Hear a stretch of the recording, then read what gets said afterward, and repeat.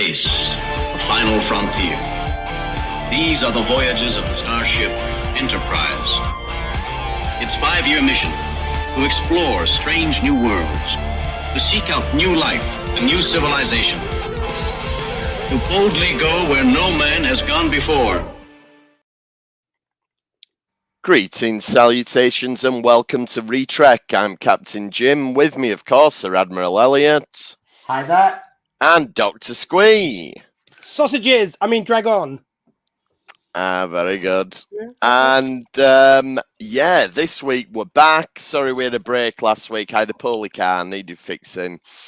As we were just discussing off air, it's always days when you're doing something is the only time they can fit you in for an appointment. So there we go. Yeah, we went a minute late because I was just back from taking Willow to the vets for her annual checkup. We go. Well, all I have to say is I had my annual checkup yesterday and I managed not to interfere with anything for it. There we go. It's because you got it on a Tuesday, that's why.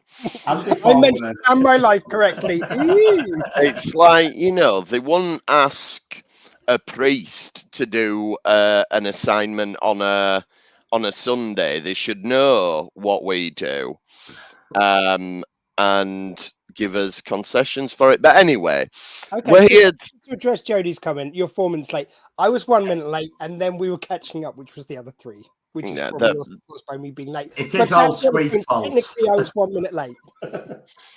1 minute late is what we're going for. Maybe your clocks are wrong. Who knows? Yeah. Anyway, we're here to talk about the penultimate 2 episodes. Does that work? Yeah, the way we're covering it. Something you raised earlier, Jim, on the chat. Just not Trek news, really, but Trek anniversary. Trekiversary. 7 years ago today, Discovery was first broadcast in the UK. I say broadcast, it was on Netflix. So we did get it a day later. So I suppose technically... It did. So I suppose technically yesterday was the actual anniversary date, but for the UK, it was 7 years ago today that we first got Discovery, the Vulcan Hello, and whatever the second worst was pilot called. episode title ever. Every time I hear it, it's just like the first title should be like, Encounter at Farpoint. Okay, not the best episode, but it sounds cool. Emissary. Oh, what's that about? The Caretaker. The Vulcan Hello. Fuck off. Just doesn't. No, I think The Caretaker as a title works lower. It sounds like that's a Liam Neeson movie. Oh, it does. That's made in the last 5 years or something. Yeah. That no one's seen. Yeah. It's enigmatic though. The Vulcan hello just sounds ridiculous. Like Vulcans don't go hello. It just doesn't sound right to me. Well, it's explained in the context of the episode. But anyway. But I mean, the title should welcome you in, is my point. Like it should. Well, does it saying hello? What else do you want? That's welcoming. But now I'm thinking about the Liam Neeson movie, The Caretaker. I'm thinking he's a caretaker at a school. Oh, a school. Yeah, a school caretaker, and of course he's like ex-SAS or something like that, but he's hiding low. Because he's American, isn't it? Well, he can be in some films. Obviously terrorists need to take over the school for some reason, and only the caretaker can stop them. I've got pitch. We should write that down. Liam Neeson would do that. Okay, my alternate Liam pitch. Neeson has, it's just no one's seen it. My alternate pitch of what he's done, and this was based on like Elliot going, it's like effectively it's a straight to video kind of job. I'm picturing him in a care home. He is the caretaker in a care home. It's a load of old folks, and he has to save someone who's been kidnapped, perhaps one of their granddaughters or grandsons or something. Probably granddaughter, because then you make it in an inappropriate romance between him and someone who's half his age, because he's old enough to be in the care home, and he's buddied up with one of the old folks who keeps on forgetting what they're doing. Like, I like it, but I want to make a couple of tweaks. Okay. Turns out one of the old people in the old folks' home is a Nazi war criminal, and the neo-Nazis are coming to like bust him out to be their new leader, and that's where it all starts kicking off. brilliant. Like, right, let's write this. That's two No. films we've got for Liam Neeson now. That's Caretaker 1 and Caretaker 2. Yeah. Anyway, what we're actually here to talk about is the episodes Brink and Touch of Grey, which is not Shades of Grey. So don't worry, we're not covering that one yet. And these are the last two episodes of Prodigy before the two-part season finale. It's our penultimate episode of this season. Let's keep stressing this season. Yes. And let's really stress it's really, really important. If you haven't watched it already, watch it. If you have watched it already, watch it again. Because the more views it gets, the more chance we've got of getting a new season of Prodigy. I've done my bit by falling asleep while watching it late at night several times. That works. Series, it even still in counts. My sleep. And I've been waiting to bring this up. At the end of the first episode, there is something which I'll bring up, which links this to Picard, second series, which it's something I told you guys, but I've not seen anywhere else online. So I'm the only one who I've seen is picked up. I'm sure some others must have, but no, this could be a Retrek scoop. It could. Yeah, excellent. We got the Retrek news banner to go. We want Retrek scoop. We need a new banner. We need a new one. We don't have them often. That's why we've not got a banner for it. In the meantime, we'll just put it as Retrek news. Okay. Well, I'll wait until the end of talk about the first episode. So the episode starts months ago. But this is all right. This is not one of them silly 12 hours earlier podcasts. What am I talking about? I'm doing a Keir Starmer saying the wrong word. There isn't one of them silly 12-hour earlier flashbacks. It's actually a decent flashback that fills out a bit of what we saw last episode, that they'd kidnapped Wesley. So now we find out how that actually happened. Yeah, I also love that they used the star date and then it morphed into... earlier or months earlier. Yeah, like I had no problem with this flashback. No, I didn't. You know, compared to the 12-hour earlier or last week or a few days ago, and then you get the episode starts into it. No, this was showing you a relevant bit of information we needed. Yep. That had happened months ago, and obviously because Wesley's timey-wimey, it has happened months ago. Yeah, and also it's like the this is just the correct usage of that tool. Yeah, it is overused in the wrong way. We don't mind when it's used correctly. No, exactly. That's the thing. The reason I wanted to draw attention to it is I don't want people thinking I hate all flashbacks. I don't. I just hate the silly ones. But a flashback did kill your father. What?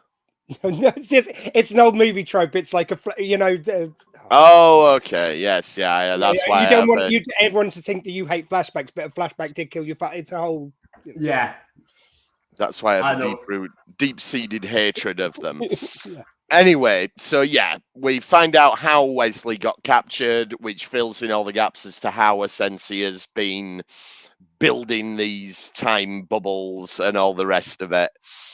And when we go back to the present, then they're heading to Solum, and there's the whole, Prime Directive, what are we going to do? And this leads to very much like a Mission Impossible sort of situation that they go, okay, the cadets can go in, but we will disavow all knowledge if you're captured. Like, I'm not being funny, it's very ropey ground, especially with what they have to do to Michelle as well.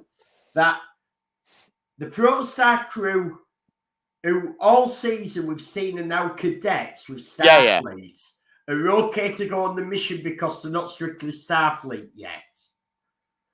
But Majel has to resign as being a cadet to be able to go on the mission to Starfleet. But weirdly, what they say is she's resigned from Nova Squadron. So it's like, well, you're still in Starfleet. You're just not in the special... Well, my assumption was her... Nova Squadron is a special designation within the Academy. Yeah. Like I saw, because I tripped up on that line as well. I was like, well, why she said that as opposed to resign from Starfleet? Yeah. I think the inference is because we've had Nova Squadron, Red Squadron, like we've had so many different permutations of this, and they always seem to have their own separate. Like in the in Deep Space Nine, they like had their own ship, and you know, like, there's all these Red things. Squad did, yeah. Yeah. So I'm thinking it's a separate designation. So she had to go through that extra step, is what they're saying. Whereas the rest of them, they could just say, well, they were cadets. We can just say they left the academy. I There see. isn't the same kind of like involvement they're as not- there is in Starfleet. Nova Squadron is more affiliated to proper Starfleet. And also, Go on. you've got, I mean, it's sort of headcanon, but I think that's what they're trying to play. Yeah. And also the fact you've got amongst the cadets, you've got Gwen, who is from the planet. Is it a bit like your cadets could be looked at as being temps, you haven't been taken on full time yet, but your Nova Squadron, you have been taken on full time. Yeah. Yeah. So you have to go back to being a temp. Yeah, Yeah, we'll exactly. take that. We'll go with that. And then you can say that they quit to follow Gwen, who is from the planet, and it sort of all works as an alibi then. Yeah, because they kind of wait for the fact that they were cadets, but they can say that they left with their friend, you know. It's very sneaky Janeway, this. Let's exploit our child labour and make them into spies. And they're not affiliated to Starfleet, but they're going to go on our top aim prototype vessel. Well, that's when they left the ship. You see, again, it's like, I mean, I sort of want to applaud the writers. There are so many elements in this series which they balance beautifully, and they always find a good reason. I've said this before. They always find a good reason why it's okay for the cadets to be going out on their own, because, or even before they were cadets, why it was okay for them to be on their own on the ship. And like, there's always a justification that works. And I think they've done it again. Like, again, you have to sort of like work out that Red Squadron leader thing. But yeah, apart from that. Yes. So we'll accept that you're allowed to do covert missions as long as you pretend you don't work for Starfleet. It's fine. And we'll disavow you and let the locals murder you, even though you're children.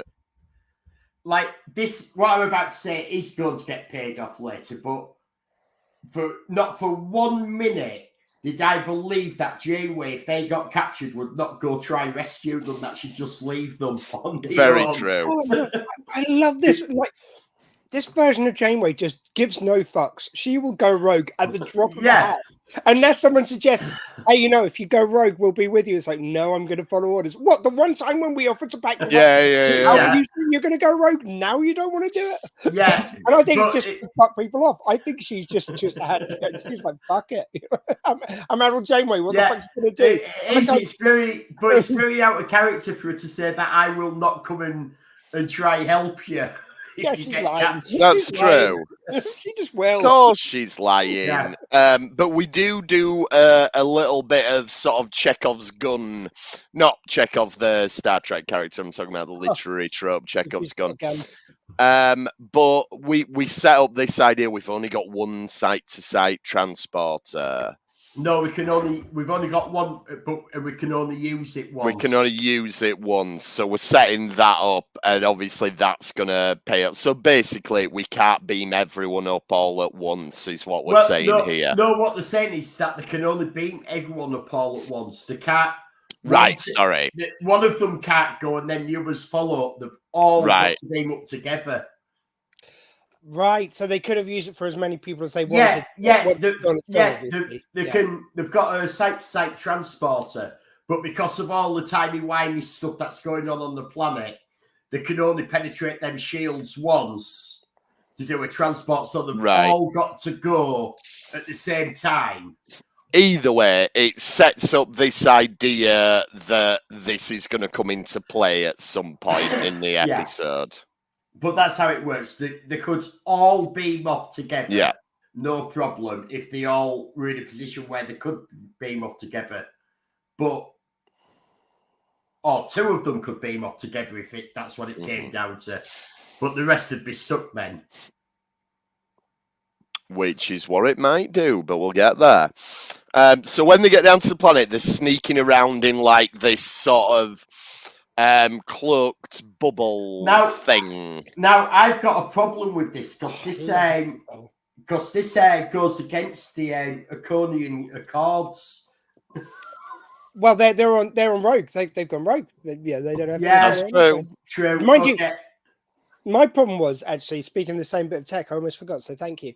I do love it. I think it's just a lovely bit of business. So much this crew, especially when you've got just Jenkin just walking too fast and going, you're like perfect. But And you've got Dal knock something to the side of him, and then you've got Rock going. I'm sorry it's cramped, but I didn't know we were going to have Magellan with us as well. Yeah. my only slight issue with it is in Star Trek Insurrection they had suits which did this. They And did. it's like, well, Yeah. I mean, so you have to sort of ignore that technology. It's a very minor quibble, but it's sort of like I guess you could say that Rock wasn't familiar with that, so she made one. Not And knowing look, something existed. We've been ignoring the atmosphere belts from the animated series for nearly 50 years, so we can selectively ignore bits of technology when we need to. But it's perfect for this crew. This is exactly what they should have. They shouldn't have they should have a blanket that's got to go over everyone just for the inconvenience. It's very what is it? Is it Harry Potter where he has the invisibility? Yeah, the invisibility cloak. Yeah. It is very much that, yeah. And then I'd forgotten completely that there would be a present version of Essentia, so I think it's quite cool when present Essentia comes in. Yeah. Yeah, and it even gives you the sort of like Jeopardy, and I only realized this watching it today. Didn't realize the first time that there is a way in which you could write it that Essentia, who's come from evil Essentia, we'll just call her evil Essentia, could have got raised by the wraiths from Doctor Who. Or Langoliers, we said they were going to be. The Langoliers, yeah. If she was raised by the Langoliers, you could have the good ones still surviving because they're from different time. You could, yes. You could. So it's kind of like, I like the fact that also is out there as a possibility. In fact, it makes sense that the Langoliers would want to attack future Essentia. Yeah. Because she's an anomaly in time. Yeah, good point. Yeah, absolutely. So it's added nice little kind of twists you can do on this. It's clever little twists, and like you see that they go at her, and it makes sense that they go for her, that they hunt her out. Yeah. Yeah. And yeah, so the diviner's getting sent to prison. And this creates the dilemma of, well, do we save the diviner or do we save Wesley? Or do we save everyone? Well, that's the decision Gwyn makes, isn't it? Which is carrying on this arc of Gwyn becoming more of the leader. And that she decides that, yeah, they're going to save everyone, even though it risks splitting the team. Oh, and it's just a bit where Dal kind of like, he goes like, oh, are you sure about this? She goes, well, you said I was in charge. And he pauses for just a second, then the hugest grin on his face when he goes, yep, she's in charge. Let's do it. Like there's no pride, there's no bullshit. You see that character development because earlier him would have had that pride there. He feels he has to be the captain. But if it had been Chakotay doing that, he'd have pushed back on it as well. But he also has that thing that he really likes Gwen and he respects Gwen. And he respects her decisions. But if this had been anyone else but Gwen who was making the call, he wouldn't have done the big granny and gone, that's all right then. I think he would. The only thing I would say is I think the way they've arced it is that Chakotay actually taught him this. He taught him to be able to see past his own pride. And a better crew member for not needing to be the captain. I think he's going to realise he's a better pilot than he is a captain. He's kind of better at that kind of stuff. And I'm going with that. Yeah, I think this is more of Dal learning a bit of humility. It is good character development. Don't get me wrong, it's good character development and it fits in with what we've seen. It's just, I think it's automatic that he wouldn't have the problem of accepting what Gwen says compared to other people. Because he does fancy her as well. So. It's certainly easier. Well, we know that, yeah. It's certainly easier coming from a friend. But as I say, I love that idea that Chakotay just taught him to be a bit better. Like, this version of Chakotay, and I know you guys might have had a few issues with Chakotay in the book, but this version of Chakotay, the way they've written him, again, it's wonderful writing by the Prodigy writers. I think they plotted it so well. You're wrong. Jodie, what's that? Chakotay rules, and I want to sleep with him. Sorry, that's just implied. That second bit. Chakotay. Well, I mean, this Chakotay comes as close to ruling as Chakotay, I think, has ever done. Like, don't get, I think like, that's fair. We may have criticised Chakotay occasionally in the past. Occasionally. Maybe there was the one time. But I am willing to admit that this season of Prodigy has made him a much better character. Oh, yeah, definitely. Now, Yeah, Belton, I will on the agree other with hand, we won't even start. No.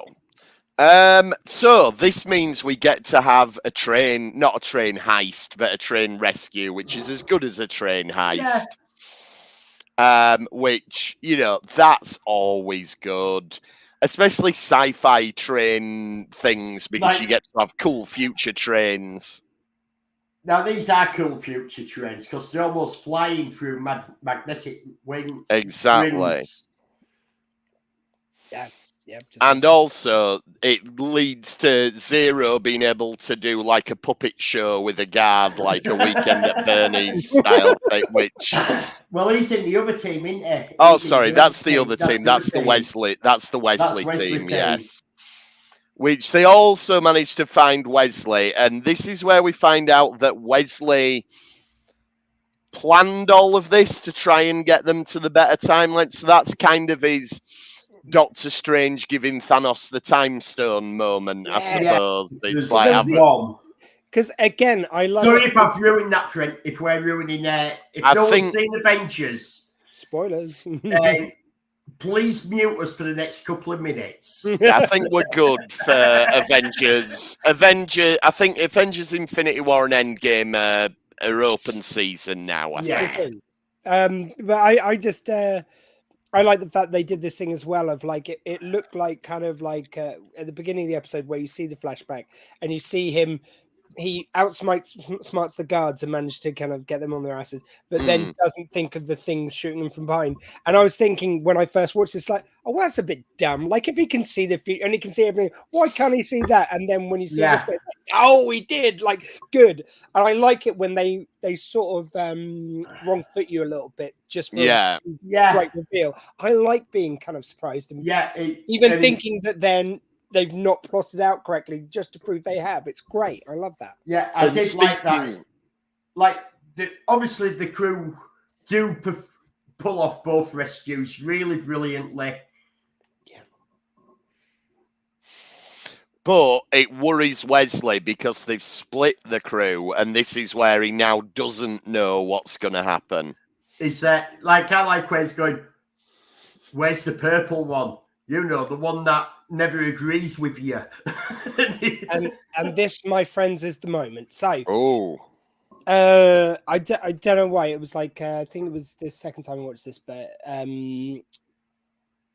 like at the time, it was the fact that there was a line which Wesley says in Picard, and he goes like, "Oh, I have to be so careful with what I say because I thought, you know, last time I misspoke, it nearly ended a universe." He says, I can't be vague. Basically, he says in that line. Here he says, you need to stick together, and he doesn't explicitly say as in physically together, not as in as a team in general. And I think this is what they refer to. It's such a nice pitch and release kind of this, you know, these two. Yeah. I think I just happened to watch two of them around the same time, but yeah, it's totally there. I think. I think you got a good point. I think, It yeah. wasn't specific in Picard season 2. It wasn't. He mentioned he hadn't been specific and nearly ended the universe. Yeah. And it also explains why you've got the kind of more mercurial, wild version of basically Doctor Who Wesley here, and you've got the more staid. He seems a bit more organized, a bit more like, you know. Yeah. He talks about the other travelers. He seems to be acting like them in Picard. I think it's because after this he kind of grew up, and because he even says like, even I don't realize why I'm doing some things sometimes. Yeah. And I think it's because he's, in relative terms, as a traveler, fairly inexperienced by their standards.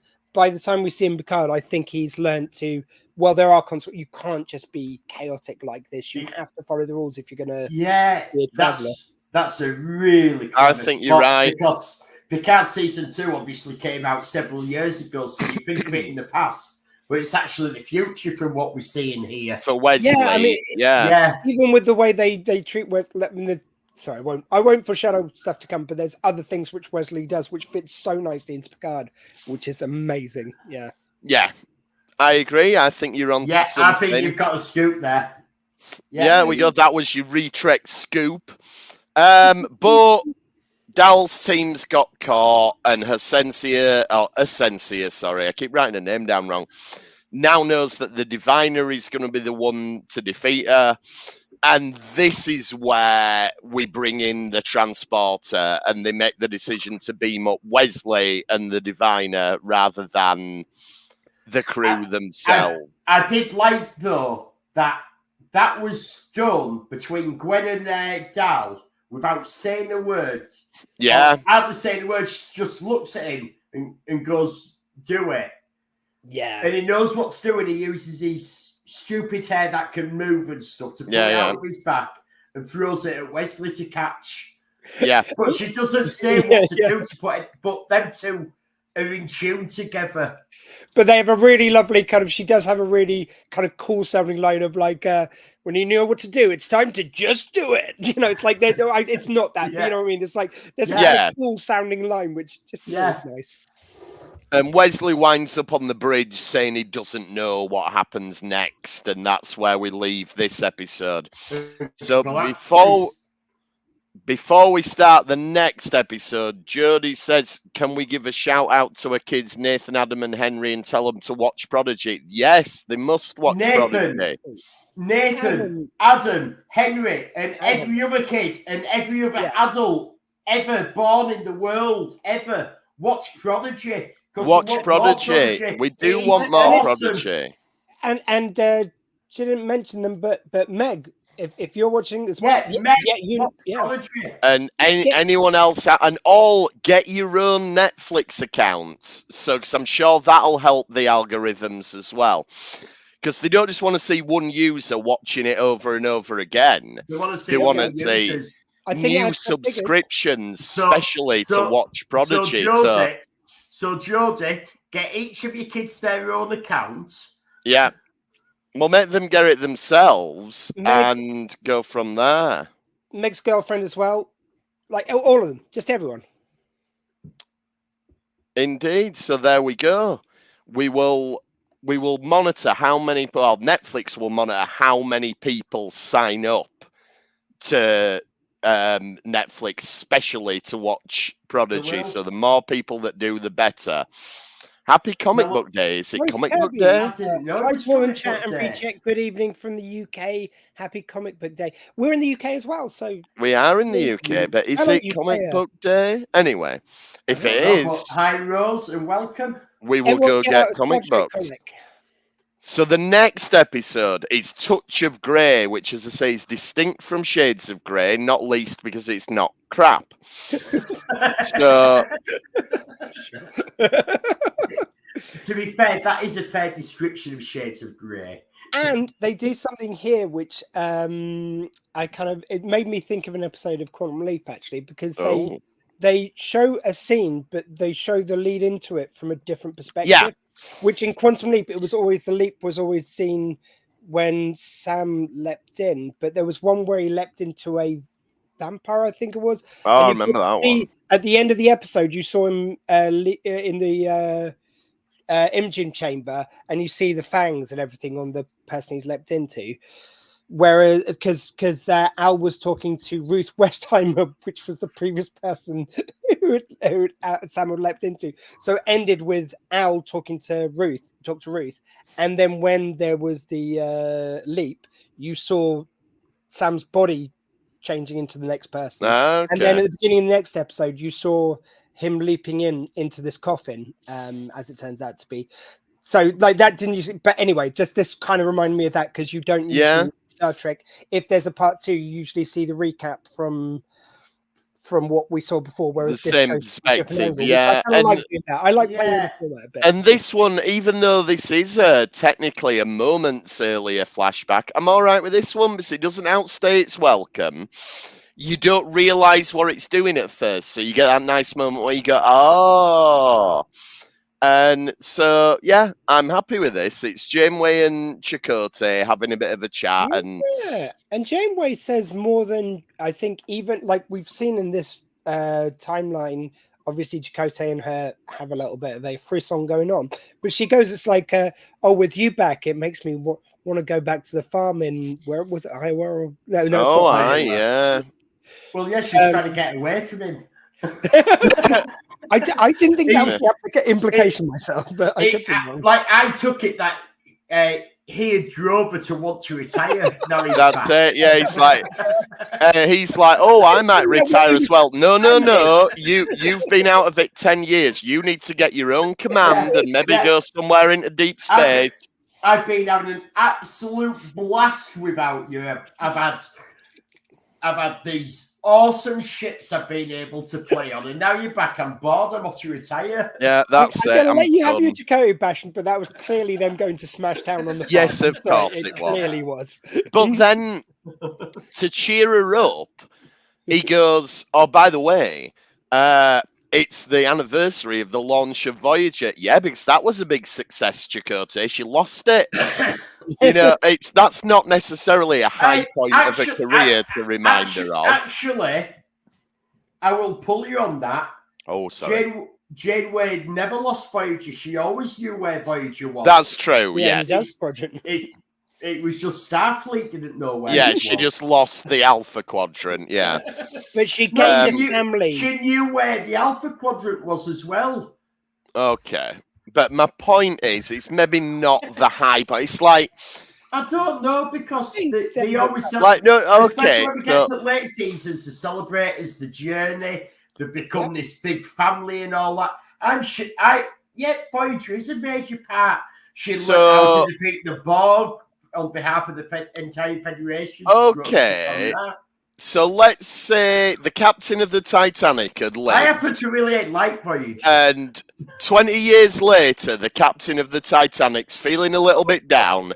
And his mate goes, oh, by the way, it's the anniversary of the launch of that ship that sank that you were the captain of. I think that's a very different. You get. I know. That is not a fair comparison. No, it's not. The Titanic sank and killed most of the people on it. And I'm not laughing at that, by the way. Unless you had money, and then you were allowed to use a lifeboat. I'm only laughing because I know Jim was just kind of chumming the water a little bit for a laugh. I was. I mean, I just don't think Chakotay is the best at tact, is all. I don't think he always says the best thing. I think he got it right on this one. Okay, I will let him off then, yes. It sounds like Janeway wouldn't mind letting him off either. Hey-o! You're wrong, Geordie. The anniversary of Janeway and Chakotay. It isn't. Voyager launched and she was hunting Chakotay. Yeah, they don't meet until a couple of days later, I suppose. Yeah, they have to go to DS9 first and pick up crew and all sorts. Basically, come on, I'll give Jodie that one. She put basically that gives you a couple of days leeway. Anyway, we catch up with where we left off the last episode, and Wesley's lost his powers now. Or at least for a while. He has to recharge his powers. The doctor does say that if it had been anyone else, she'd be dead and all. Yeah, they're kind of on. Unique, you'll get better. They're kind of on a cool down.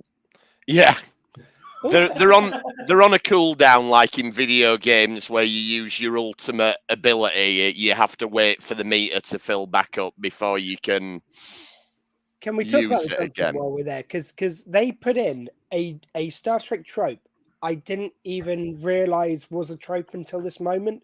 And it's the whole thing of like, it's basically goes back to McCoy of like, I know that the Doctor in Voyager and now Prodigy always does the I'm a doctor, not a, but he also does the I better go with you. You might need a doctor, which was what McCoy said. Yeah, McCoy did do that. And I think you had Bashir doing a little bit as well. I think this is a trope which like has been kind of falling under the radar. It doesn't get as much praise as the Redcoats, but it's you're right. It is there. Yeah. Oh, you're going to need a doctor for this one. I better. Yeah. Yeah. We will make note of that whenever we come across it going forward. Yeah. And we will make a website. Anyway, well, maybe not. Anyway, Wesley's not doing so good. And then Asensi is basically calling out Janeway now. 29 days to go for Lower Decks, says Rose. Is that right? Is that all it is? It is right. And I'm very excited for Lower Decks. Definitely. I'm not as excited to have to renew my subscription to Paramount Plus to watch on, because it's an awful streaming service. But I can't wait to watch more Lower Decks. Although very nice that 29 days means we get to do a couple of we get one to or two do episodes, something else then streams. Yeah, we do. Yeah. In fact, because we have no clear plan for a couple of weeks after next week, I think on the Retrek Air Facebook page, if people have suggestions of an episode they'd like to hear us do, we can put that for consideration.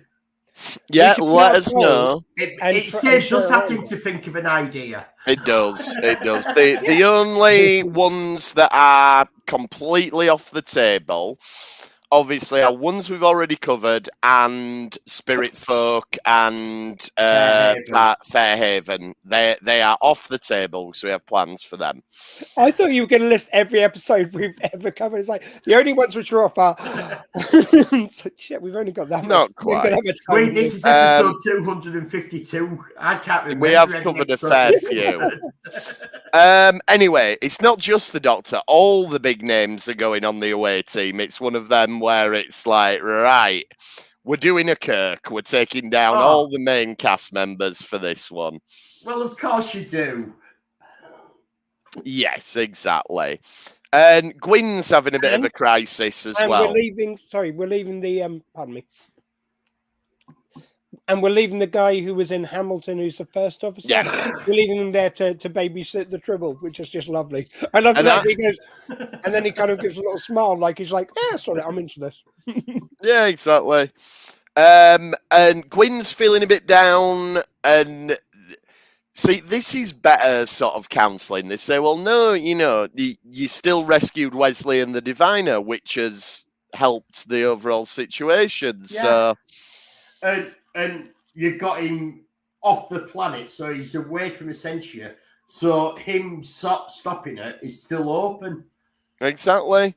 Yeah. And then the Doctor, I love this chat the Doctor and Hollow Janeway have. This is so cool. Now, doesn't that look like they're getting it on? It does. There's definitely a bit of a spark there. It's really good. Janeways are getting laid here. I'm telling you. Yeah.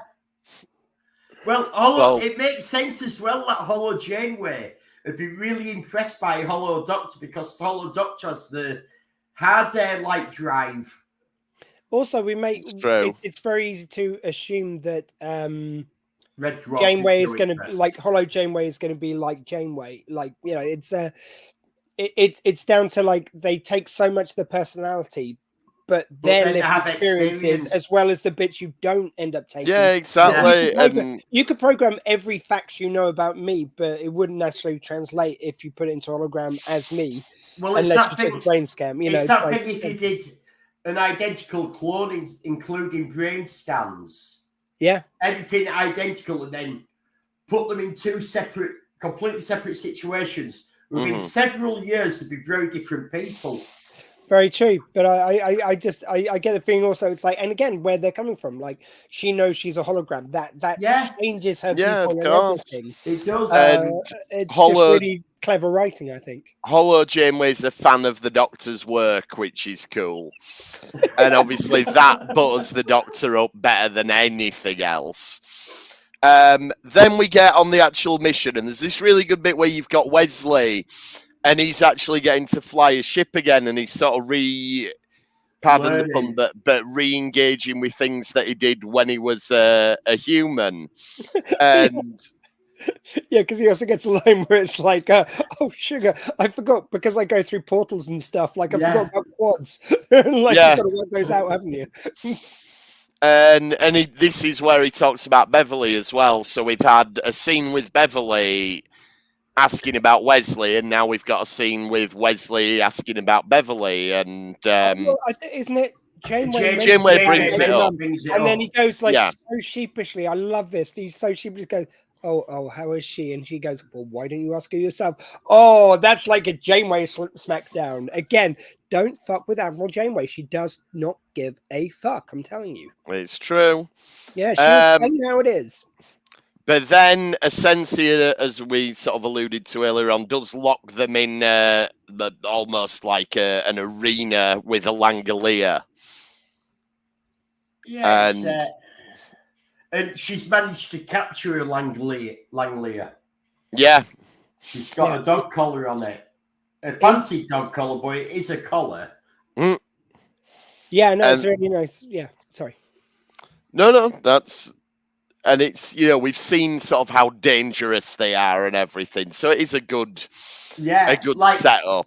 I don't know, was it, I don't know which one of them it was that went, what do we do? And they just go, stay alive. It's like there's no plan as to what we do next.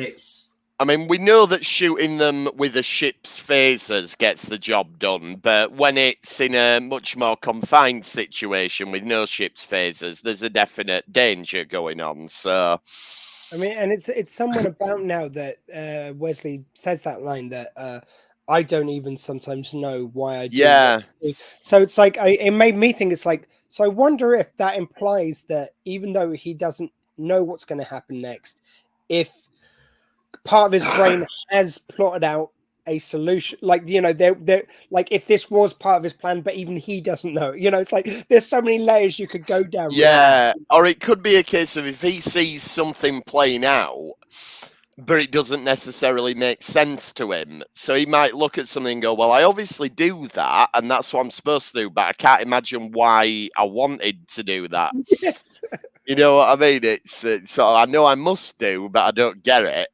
But he sort of does have a bit of a crisis, and Janeway gives him a pep talk, which is really cool, where she's talking about, hang on, you were a Starfleet officer, and you were a good Starfleet officer. Yeah.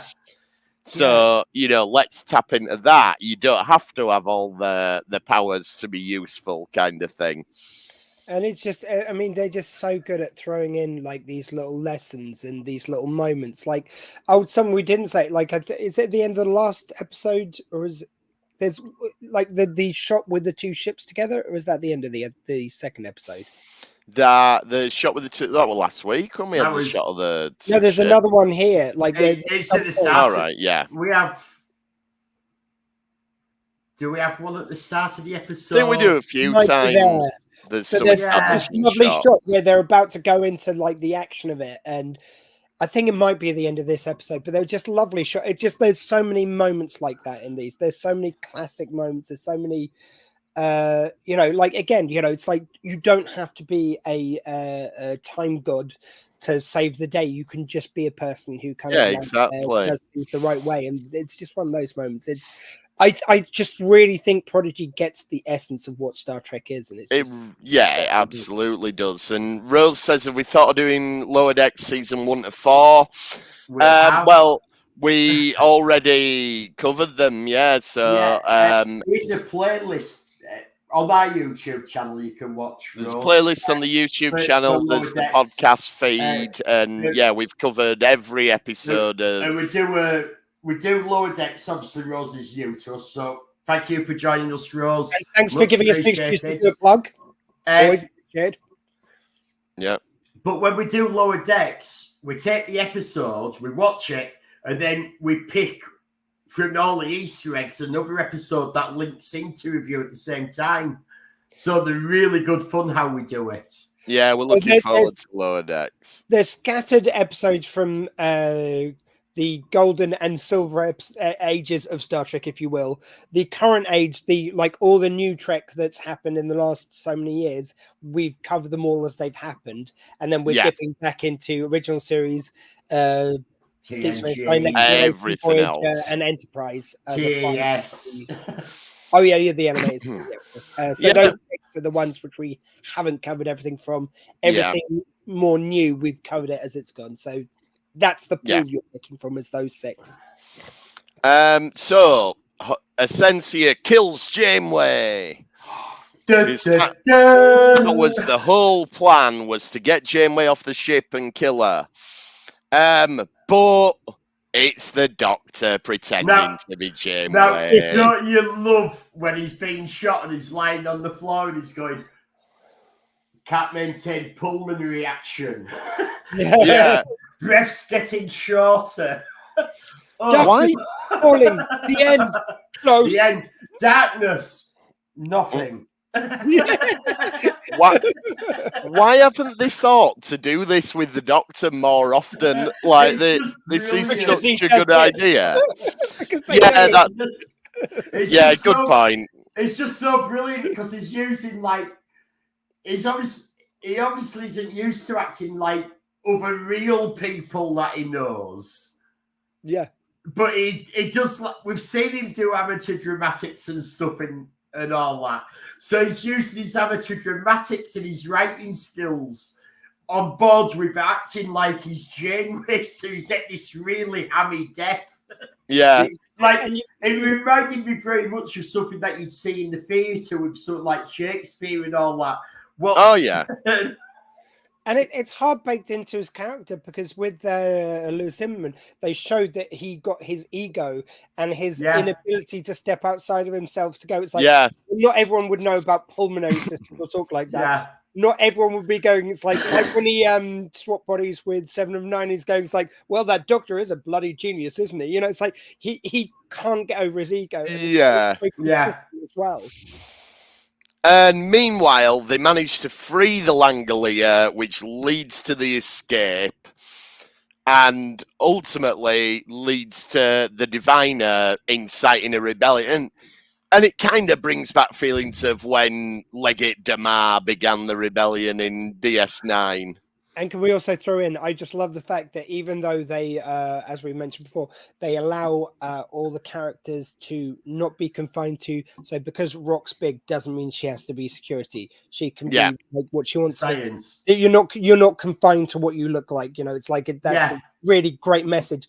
But I do like the fact, though, that when given the opportunity here to smash through a wall, she's like, I got this shit. You know, That's really good fun. She does it because she wants to, not because she has to. That's a nice distinction made here, I think. Yeah, just because you're an engineer doesn't mean you can't knock a wall down if you need to. Yeah, it's when Nog goes and does something very Ferengi. He goes like, hell, I'm still Ferengi just because I'm an engineer. Yeah, exactly. Just it doesn't mean I can't make it. And I like the note that they add to this, that even though from our perspective viewing it, we're like, oh great, the Diviner's starting the rebellion, that's good, the rebellion against the evil person, but Gwyn's sad about it because it's like after everything we did, they still ended up with a civil war anyway. And I just like the note they put on that it's not totally triumphant, and there is a tragedy to it that perhaps civil war on, I've forgotten the name of the planet again, Solum. Perhaps it was unavoidable. So I really enjoy how they just add that note to it. They don't dwell on it, but it's a fixed part of the time continuum that there's a civil war. It just gives it. But we also have to hope that from this civil war, because we started the civil war and the saying the Diviner wins it, does he go on and do what happened afterwards? That's it. You know, it just adds a touch of poignancy to it, which I think just makes it that bit richer. And it's also a very nice way of having it so it's like you've wrapped up a lot of the plot here without wrapping it all up. So you've got enough to put into the two-parter, whereas with the two-parter, you've also got to resolve the plot line with the Protostar.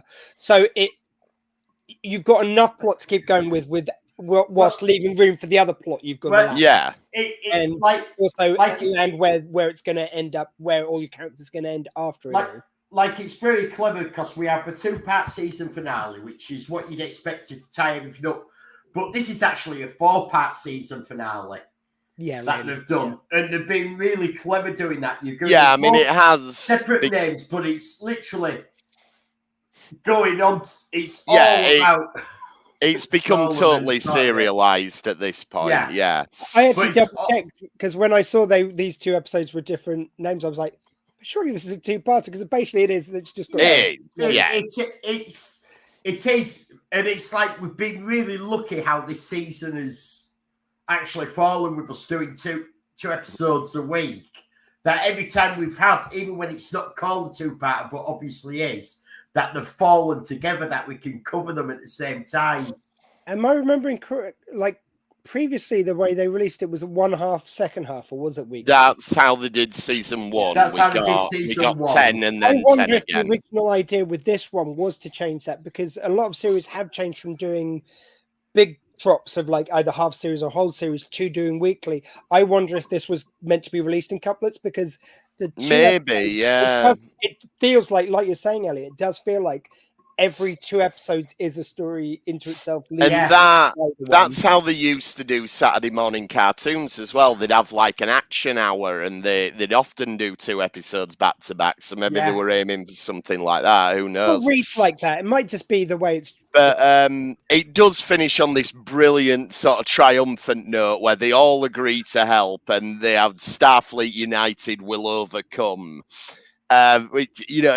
Prodigy does this so well, where you just get these great punch the air Star Trek moments, which is just a great way to lead us into the end game of the season. I think that goes on to it being aimed at made for a younger audience. I won't say aimed at a younger audience, because it's aimed actually at all age audience. Yeah, it's aimed at families, but none of us have families. We watch it and enjoy it. So anyone can enjoy it. Yeah. Well, I think it's actually been marketed wrong, because when we were in Destination Trek, the amount of people who said they hadn't watched it because it's marketed as a kids show.